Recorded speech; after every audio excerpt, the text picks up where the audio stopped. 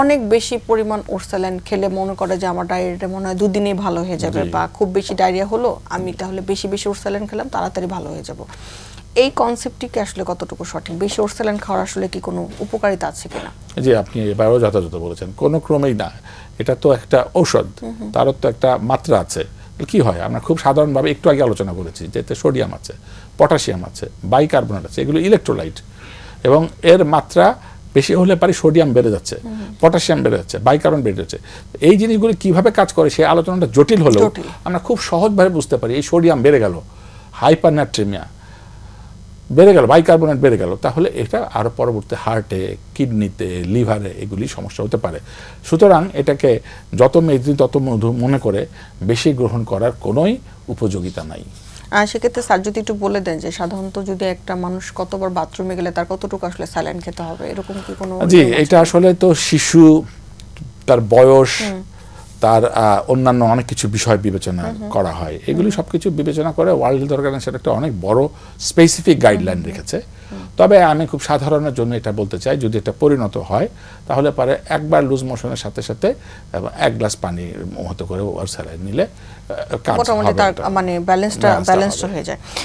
Sir, সবসময় আমাদের দেশে আসলে ওরসালাইন তো আমরা সবাই জানি, ব্যবহার বৃদ্ধিটা আজকে আরেকটু ভালো করে আপনার কাছ থেকে জানলাম। এটার সাথে আরেকটা সবচেয়ে বেশি প্রচলিত যেটা আছে, এবং সেটা আসলে ব্যাড ইমপ্যাক্ট গুড ইমপ্যাক্ট দুইটাই তৈরি করছে, অ্যান্টিবায়োটিক।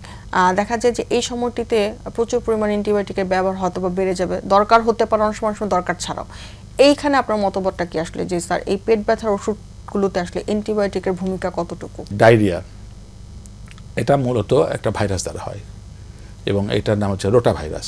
বাংলাদেশের প্রেক্ষাপটে রোটা ভাইরাস দিয়েই ডায়রিয়াটা সবচেয়ে বেশি হয়। দেখুন, আমরা একটু আগে বলেছি যে অ্যান্টিবায়োটিক, তাহলে অ্যান্টিবায়োটিকটাকে একটু খোলাসা হওয়া দরকার। অ্যান্টি এগেইনস্ট, বায়োটিক, বায়োস মানে জীবন, তাহলে এটা জীবনের বিরুদ্ধে কাজ করে। এটা আরও নন স্পেসিফিক হয়ে গেল। আমি যদি সুনির্দিষ্ট করে বলতে চাই, ব্যাকটেরিয়া একটা অণুজীব আর ভাইরাস আর একটি অণুজীব। অ্যান্টিবায়োটিক শুধুমাত্র ব্যাকটেরিয়ার উপর কাজ করে। তো আমরা একটু আগে বলেছি যে এই তার ডায়রিয়াটা মূলত হয় রোটা ভাইরাসে। তাই যদি হয় তাহলে রোটা ভাইরাসের ক্ষেত্রে যদি আমি অ্যান্টিবায়োটিক প্রেসক্রিপশন দেই এবং রোগী যদি সেটা সেবন করেন, তাহলে পারে তো কোনো কার্যকরিতাই হচ্ছে না। অর্থাৎ ভাইরাসের উপর তো অ্যান্টিবায়োটিক কোনো কাজ করছে না। অর্থাৎ এই যে অ্যান্টিবায়োটিক সেবনটা এটা অপ্রয়োজনীয় হচ্ছে এবং তার অপব্যবহার হচ্ছে। পাশাপাশি তাহলে ভাইরাসের প্রশ্নটি থেকে গিয়েছিল, ভাইরাসটি একটা সেলফ লিমিটিং ডিজিজ, অর্থাৎ নিজেই তার নিজেকে শেষ করে দেয়।